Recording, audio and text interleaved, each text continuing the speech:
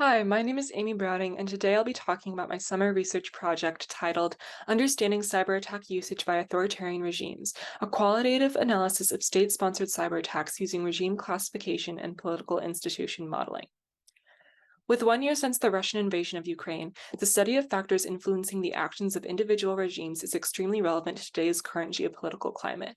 Yet, there is a large gap in knowledge surrounding one aspect of conflict, the cyber realm. Cyber attacks are seen as major security threats, but what do we know about how, why, and under what conditions they are likely to be initiated?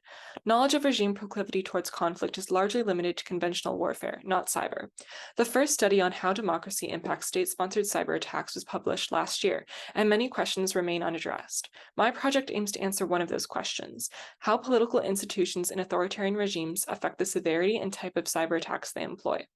Through completing an extensive literature review and multiple case studies, I am able to map out why authoritarian regimes differ in methods, severity, and frequency of cyber attacks. For my study, a literature review was first conducted to provide a basis of understanding for political institutions within regimes, as well as cyber attack classifications. To understand the degree to which various political institutions contribute to an increase in cyber attacks, a qualitative analysis of key state actors was conducted. The case studies were divided by 4 states: Russia, China, Iran, and North Korea, which together account for 77% of all suspected cyber operations. Within each case study, relevant cyber attacks were reviewed and compared with the political institutions that were either proven, theorized, or able to initiate them. By noting the frequency and timeline of attacks, conclusions may be drawn on the degree of saliency such institutions have on the success or nature of tactics chosen for cyber attacks.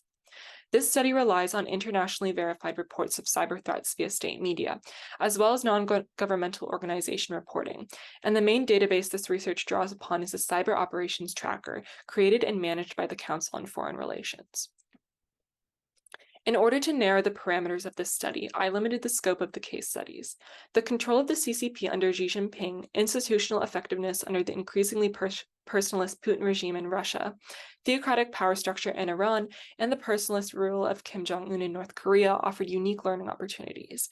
I compared how each regime could be classified as a dominant party regime, military regime, personalist regime, or a hybrid regime, according to the division of power in the elite circle or dictator. I then examined state-sponsored cyber attacks of each regime that could be traced to a specific agency or line of power within the government.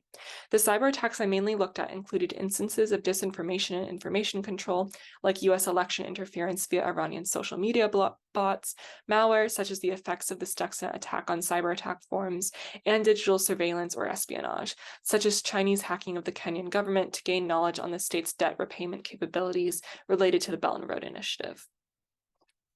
A strong majority of Russia's cyber attacks had military objectives, specifically targeting Ukraine as part of the ongoing Russo-Ukraine war and NATO states.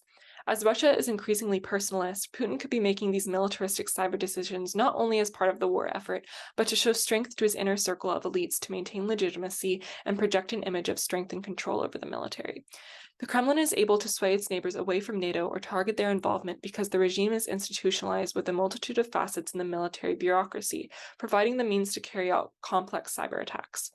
Russian political institutions also allow Putin to mitigate risks and avoid political consequences.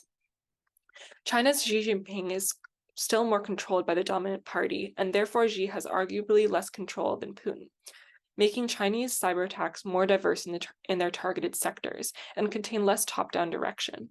China is also focused on achieving economic prowess by assisting Belt and Road initiatives with cyber attacks, which require the cooperation of a variety of institutions. The extent of digital surveillance present domestically also contributes to how the technology is then exported to the global south.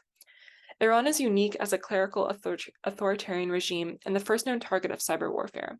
They want to show cyber strength due to Stuxnet and international threats, while also projecting regime legitimacy and power.